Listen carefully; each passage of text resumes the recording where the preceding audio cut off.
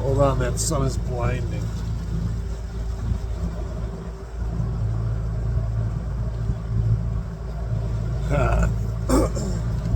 Now it's time to get cereal. I can't even drive my boat right now. I'm all over the place. Welcome to Saturday morning. What is going on? How are you doing? What is happening in your world? Huh? Happy Saturday morning. Are you guys ready? I don't know where I'm going.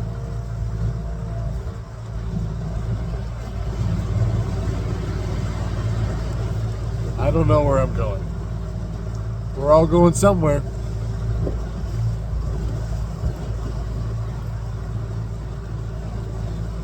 I'm going to turn you over. Oh, God. Hey, look, it's the windshield. Ooh. Ah, what craftsmanship. All right. Listen, it's Saturday morning. I can do what I want. All right. If I want to tell dumb jokes and drive slow for 5 minutes, then I can do that. Get off my back. All right. I'll fight you first thing Saturday morning right now. Don't make me. I'm going fishing. You're going with me. I filled up with gas. Like, I gave the man blood, sweat, and tears to put in my tank. And if I commit to something right now, that means I have it all figured out, and I don't. A little bit of a northwest wind.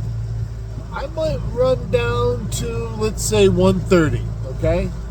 On the west side of it, where it comes up like this on that wall, that wind's going to be pushing into it. Now, it's not much of a wind, but it's some, and it will position fish there. There's always fish there, and it's at 25 feet in there, a little deeper, and you can slide around the corner, and it's 30, and look and see about those deep fish. I don't know. You know, you can catch them anywhere because they're everywhere. The fact that I haven't caught fish lately is a absolute. The only explanation is I'm just not around enough of them. So I got to go find them. I got to go find my fish. You know, the beauty of a night of lake is you can find your fish in thousands of places. Just endless, really. Wherever is near you, wherever you like to launch, wherever your boat is, wherever you know, wherever you've had success. And you can say that about any place. Maybe you can, maybe you can't. There's a lot of fishless water in some lakes. We don't have fishless water in this lake anywhere. You know, and especially with social media, because you get to see a covering of the entirety of it from so many different people. Not everybody is telling you the area that they're in, but if they tell you the depth, that can narrow it down pretty quickly. And every place is good. It's the fall. Go find what you want to do. It's Saturday morning, so I've got a little time today. I don't have anything up against. You know, I'm not up against any commitments or anything, and I'm gonna go fishing. And I'm gonna go a little long, and I'm gonna look around. There's so much water, and there is a ton of fish in my west end. I don't have to go running all the way to the east to find them. I got good marks on the screen right here in the channel, and you can see 81 behind me.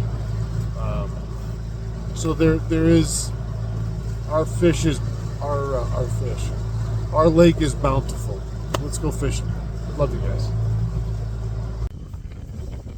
All right, let's talk about spot one real quick. All right, we're talk about spot one, its specifics, and why I'm here.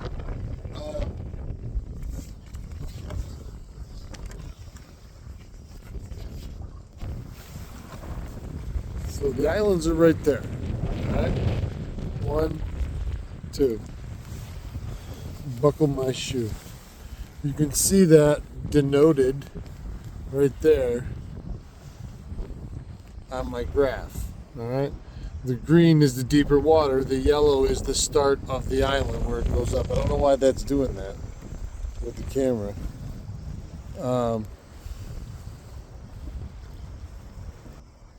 And we've got a northwest wind. I don't know if you can see the foam lines right there. The wind's blowing. Those foam lines tell you the true direction of the drift once you get it set up. So I know that I don't know why that does that black line. I don't know if you're seeing that or not. The wind's blowing from the green onto the yellow along the edge of it. And so I want to be, those fish are going to be down here where that wind's pushing onto that, the windward side where it's pushing up onto it, onto that structure. So I'm going to try and drift down through here. And as soon as I stopped, I had a good screen. There was another boat here farther outside, but I came right along the edge. And I'm going to give it a shot and see if they're here. First spot, produced one fish. Really good picture, but this northwest wind, the old wicked wind of the wicked witch of the west showed up. She's howling. I'm in 2s with the occasional 3.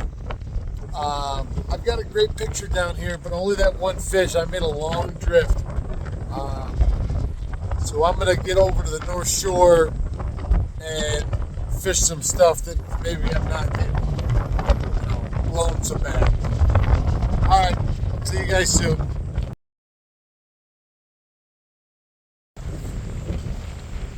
I told you, she's a little angry this morning. All riled up. Typical woman, they say. Video, all riled up. Honking. On the west end, so the waves aren't that bad. The wind's still blowing full force though. Got a lot of bait in this end right now. No takers yet. Throwing swim baits and blades at them, so we'll see what happens. Really a ton to talk about today. Phil Lesh, the founding member, the bass player du jour for the Grateful Dead, passed away yesterday morning at 84 years old. I worked all day yesterday. I got in the truck yesterday afternoon about 4 o'clock to head home, and I start the truck and Sirius Radio comes on, Sirius XM, and it said the Grateful Dead family would like to announce the passing of Phil Lesh. And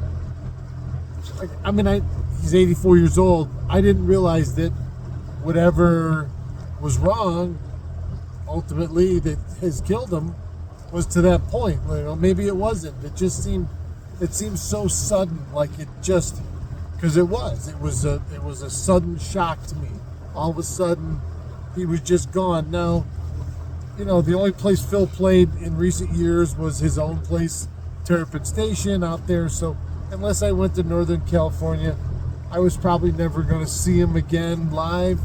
But that doesn't mean that he was still there, And the finality of all this, and I got upset yesterday. This is a man I've never met and I never will meet now. But he's part of something that is so ultimately meaningful to me, but again, not because of the celebrity or anything like that, but that's the music I listen to every day. Like it resonates with me at a level that I don't understand and can't explain, but that I gravitate to like it's Pied Piper's tune. Jerry famously said one time the Grateful Dead are like licorice. The people that like licorice really like licorice. Most people don't, whatever. And Phil was such a integral part of that, and those bass lines and the virtuosity that he played an instrument with, that people used to think it was just for an undertone beat, bum bum bum bum bum, like that. He didn't do that. He set the stage for every modern bass player there is, but the finality of it and the unexpected nature of it really yesterday triggered me and caught me off guard. And in my personal life, and everyone out there can assimilate this metaphor to themselves individually. For me, I've had two people leave that went unexpectedly. My grandmother, yes, she was in her mid-70s, but I had seen her and kissed her and hugged her goodbye the morning she died. And I left, and she went to bed that night, and she never woke up the next day. And so the finality and the speed of that and the unexpected nature. And my cousin Jason, my younger cousin, is 3 years younger than me. He was my brother. We all grew up together. And 42 years old. A Friday night, he went to the gym after work and got real tight in the chest, and they took him by ambulance to the VA. And an hour later, after they put him in observation because they couldn't find anything wrong, he was dead. And I had seen him earlier that week. We'd went out to dinner for something, and I'd seen him, and he was just gone. And that's what triggered me yesterday when I heard that about Phil. I was sad because it means the end of something, and like for me with the band, when Jerry died, a huge piece of me died, because that's why I listen to them every day, so I never forget. I never forget what Jerry sounds like, because I listen to it every day, and that's me, and that's my own little thing, but he's an integral part of everything from day one, and he's gone now. And the time will come where the rest will be gone, and so will all of us, and it's not infinite, it's finite in this physicality. And sometimes when that stuff enters our world, it really rocks us back on its heels for anything and everything that it can stir up inside you. And you never know what it's going to stir up until it happens. And loss is loss, and grief, I think it's one of the hardest things we as human beings struggle with.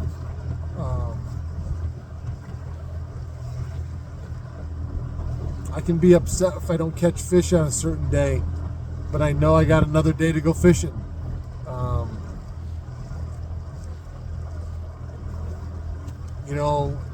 No matter what, it's always better when someone's here as opposed to them not being here. Because when they're not here, and there's no coming back from that we know of.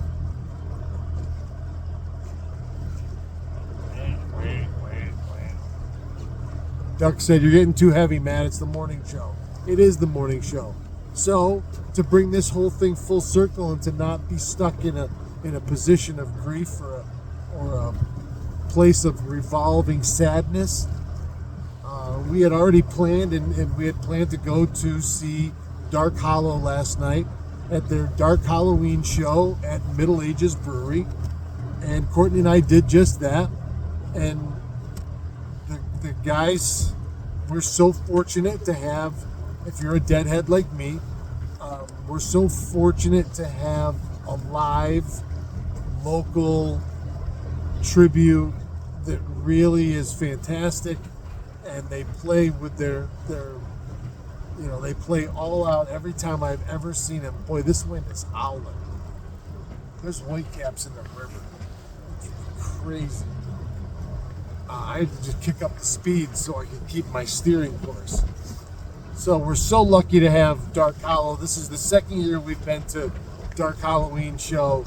It was last night at Middle Ages Brewery. And so we went and celebrated the very contribution that Phil and Jerry and all the rest of the guys made to this world. And it's what I think is beautiful music. And it soothes the savage beast. And we went and listened to it live last night. Got all into it, and friends of ours showed up, Bill and Leanne, and we sat and talked and laughed and listened to music, and it was love in the air, and that's what the Grateful Dead had always created, and that's what they were always about. It wasn't about politics or power or control or anything like that. It was about everybody coming together to live a good life, a simple life, a well-rounded life, a real life, and to not tell anybody else what to do or how to do it. That was they were the original "you do you, and I'll do me," and I love that about them, and I love their music, and I love the fact that I was able to see Phil live many times, and I'll never forget it. And when it triggers me to think of the other people that I've lost like that, tragically, unexpectedly, out of the blue,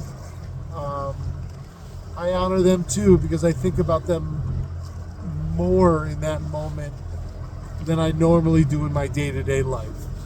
And maybe there was a reason for that. Maybe that trigger brought them back because they needed to come be around me, or who knows, from the other side.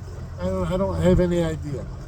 But I don't pretend to know. I know what I believe, but even what I believe doesn't necessarily mean that's true.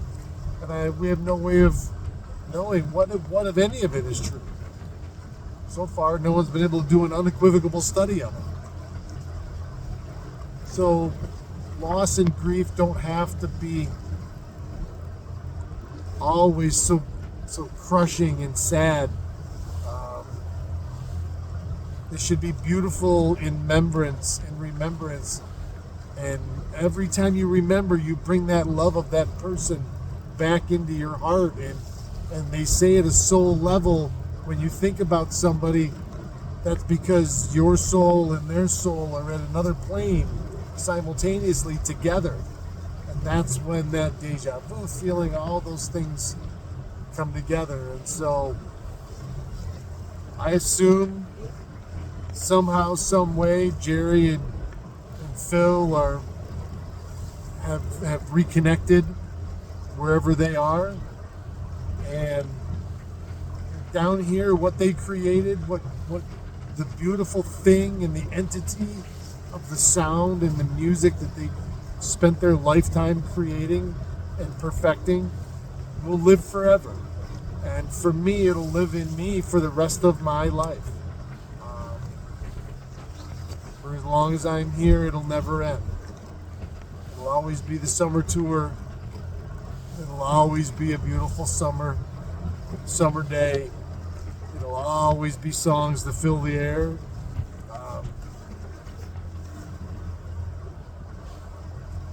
Thanks, Phil. Thank you guys for watching Matt's Morning Show. Tip up.